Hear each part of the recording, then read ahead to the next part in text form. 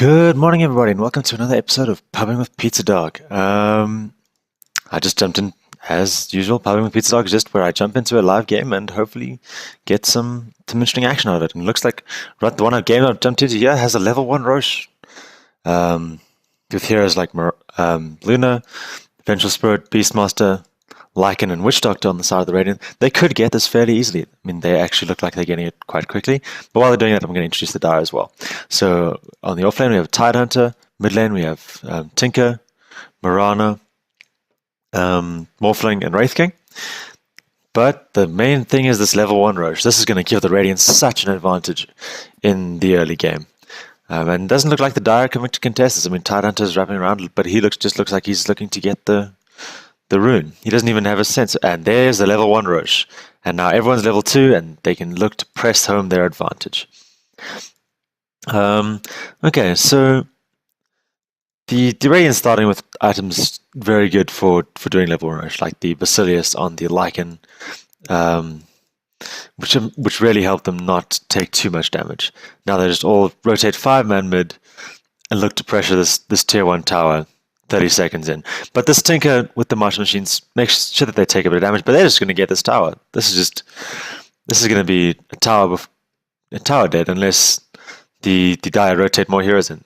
But they decide they're just going to switch, go for the Mirana, get the first blood, and then just keep pressuring inside. This is a very interesting. Can't say I've ever seen this in all my days. Just it's a bit of a cheesy strat, but they get the level 1 Roche, they get a tower, they get first blood, and they're just so far ahead right off the bat. I mean, they're already 2,500 gold and 1,600 experience ahead of the Dire team. And this may just be a very, very quick game. They just seem to be roaming as 5, just looking to get all the tier 1 towers and kill as many heroes as possible. Meanwhile, the Dire, Tidehunter just doing what he can in the offlane to just cut off the creep wave and put some pressure on the Radiant tier 1 bottom. But the Radiant Deathball just keeps on marching on. They're just pushing the top tower, killing all the creeps, Witch Doctor healing up his allies, and they're just looking to roll over this Dire team right off the bat. And they're going to do it too. They're just going to hit the creep wave, hit the tower. There's nothing that the Dire can do at this point. I'm not even sure the Dire can come back from this. This is just such a dominant start from the Radiant team. They're just roaming as 5. Luna, maybe now they decide to go into normal lanes, but no, they're just going to all TP bottom and continue deathballing. Yeah, someone has a nice little compendium with the purple TP, but the Radiant Deathball just keeps on rolling on. They're all now so far ahead of the Radiant heroes. They're the top 5 on net worth, as understandably, and the only hero with comparable levels to them is the Tidehunter. I mean, most of them are level 3, but they're just so far ahead on gold and just map presence.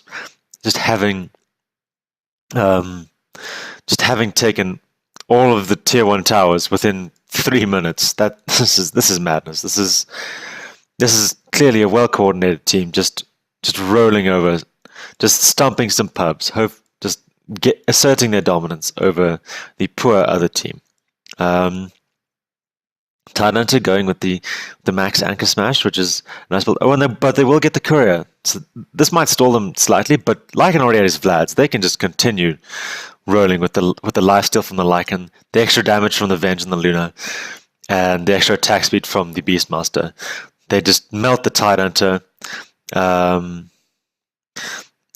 But then the Dire might get some return kills here if the Radiant overextend, but the Radiant hero is just having enough to just continue smashing the faces of these Dire heroes. This is just madness. This is a stomp. The Radiant clearly knowing what they wanted to do right from the beginning. Buckler up on the Beastmaster, just giving them some extra armor, some extra sustain, and they're just going to clean up these Radiant heroes. The Tinker Martial Machines again being annoying, but if the Radiant are smart, they'll get out before anyone takes any significant damage. Wraith King coming back to try to get a stun and some return kills. This Luna might go down here.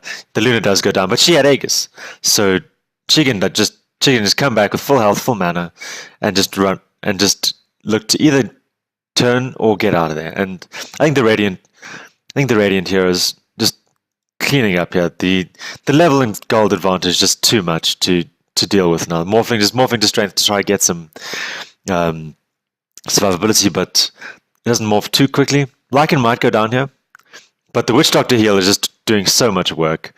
That level 2 heal just gives so much heal over time to his teams, and this game is just over already. It's just going to be a matter of how quickly the Radiant can take it. But Dire could look to come back. I mean, it is only 5 minutes into the game, but the thing is, it's 5 minutes into the game, and they've lost all of their towers and bottom. They're both the tier 1 and the tier 2. Venge does take an arrow to the face, but the Dire just can't initiate on this. The Mirana only has an arrow and a leap. The Tidelander may have some levels, but he doesn't have Ravage yet. He doesn't have his Teamfight ult to contest the 5-man Deathball of the Radiant. I mean, most of the Radiant heroes are much higher level than the Dire ones. So they're all level. I mean, the levels are fairly even, but the Radiant just so far ahead on the gold graph. I mean, it's almost 10,000 gold, and it's 6 minutes into the game. This is just madness. I can't say I've ever seen a stomp like this. I mean, I've seen level 1 Roshas in my time. I've seen early towers, but I've never seen just a 5-man roam and let's take every single tower and kill anyone in our path. I think one of the keys to this strategy is the Witch Doctor. I mean, his heal has been doing so much. It kept the Radiant heroes alive in the Rosh fight, and it's sustaining their continual push. And it is really helping against this level 3 March of the Machines from the Tinker. Dire use their fortification for the first time in the game. Maybe they might have looked to use this earlier before the Radiant hero snowballed, but and the Witch Doctor does take an arrow, but again, there's just no opportunity for follow-up. The Dire heroes just don't have enough to deal with the power threat. I mean, the Mirana, the Luna already has drums. Venge going for a blade mail just to stop getting annoyed by that arrow so much. Witch Doctor has mana boost to sustain mana and his heal. There's a mech on the Beastmaster just to add even more sustain, and the Tidelander does manage to take the Dire do manage to take the Radiant bottom tier 1, and now Morphling is the highest tier in the game simply because he's just not by himself. The Radiant here is sort of losing out on potential experience by sort of roaming together, but they're just doing the death ball. They're rolling around, just squishing everything in their path. March of the Machines does hurt a lot. I mean, Lycan is almost half health just simply off of that, but the mech from the Beastmaster just adds even more sustain. Witch Doctor cask just bouncing and bouncing. Eclipse comes out from the Luna, but it only hits one Lucent Beam on the Tinker. But meanwhile, his buddies are just pushing the Dire middle racks. Beastmaster does get caught by the arrow, but he has his entire team behind him, as they have been the entire game. Tidelander professing that he's level 6 now. That won't really do much. I mean, he does get a 3-man Ravage, and the Venge does get squished. So the Dire have also grouped up here to try to deal with this, but the Radiant heroes just have too many items. They knew exactly what they wanted to do right from the beginning. They've got their treads, they've got their drums. Their heroes have much more survivability than the Dire heroes. I mean, the Morphling just has a Bassi. The Tinker has a Null Talisman for extra health. Tide has got a Bracer, but there's nowhere near what the Radiant heroes have. A nice 4-man Anchor Smash from the Tide, but the Radiant heroes just shrug it off and keep going. Lycan just running around, munching on the Tinker. Tinker buys back, but the Radiant just get a 9-minute racks mid, 9-minute melee racks mid. Luna's overstaying a welcome, and the Radiant might look to just get back now because they are, for the first time in the entire game, they are outnumbered. Simply because two of their compatriots have died, and there are no people dead on the dire at present. But this game is just this game is just over. The a 9-minute racks means that the Radiant can just look to press their advantage and just get more racks, get more towers, just continue to group up, and just maybe even just go straight for the throne. And just capitalize on the fact that the Dire Heroes just haven't had any time to get farm or gather items or levels. I mean, the levels are fairly disparate because the Dire Heroes, once they got kills on the more leveled Radiant Heroes, they did catch up. But the Radiant Deathball just keeps going. They just keep pushing towers. The Dire are doing a decent job of defending this, but it's just going to be a matter of who can sustain the longest. And even though the Dire Fountain is just slightly to the right, the Radiant just can continue fighting far more than the Dire can. Witchdog Doll gets thrown up at Morphling. He has a max level ability morph, so he can morph to strength faster than they can kill him. But the Dire tier 3 top is just dead, and this is a Dire. This is a barracks. That top lane completely gone, and this five-man team from the Radiant just dominating these just frazzled Dire Heroes. They finish off the racks mid, and they'll probably just look to rotate bottom, or even just fight this. Tidehunter does land a good Ravage, which should mean the death of Beastmaster. Beastmaster does go down, but the rest of the Radiant Heroes, Luna mans up, gets a decent Eclipse, Lycan, Blade Mail, and ulti. Beastmaster buys back and has Boots of Travel already, and the Radiant Hero is just cleaning up the Dire. Skeleton King hasn't even hit level 6 yet, so he just literally was a stun on a stick, and the Radiant Heroes just look to pressure this bottom tier 3, and they will get it. The Dire cannot do much about it with 2 heroes dead. Tinker Marshal the Machines is going to do some work, but it's dealing more damage to the Tinker than it is to the Venge, simply because Vengeful Spirit has far more health than the Tinker does. So the Dire bottom tier 3 goes down. Luna will most likely die here, but a Death Ward from the Witch Doctor doesn't kill anyone, but gets everyone fairly low.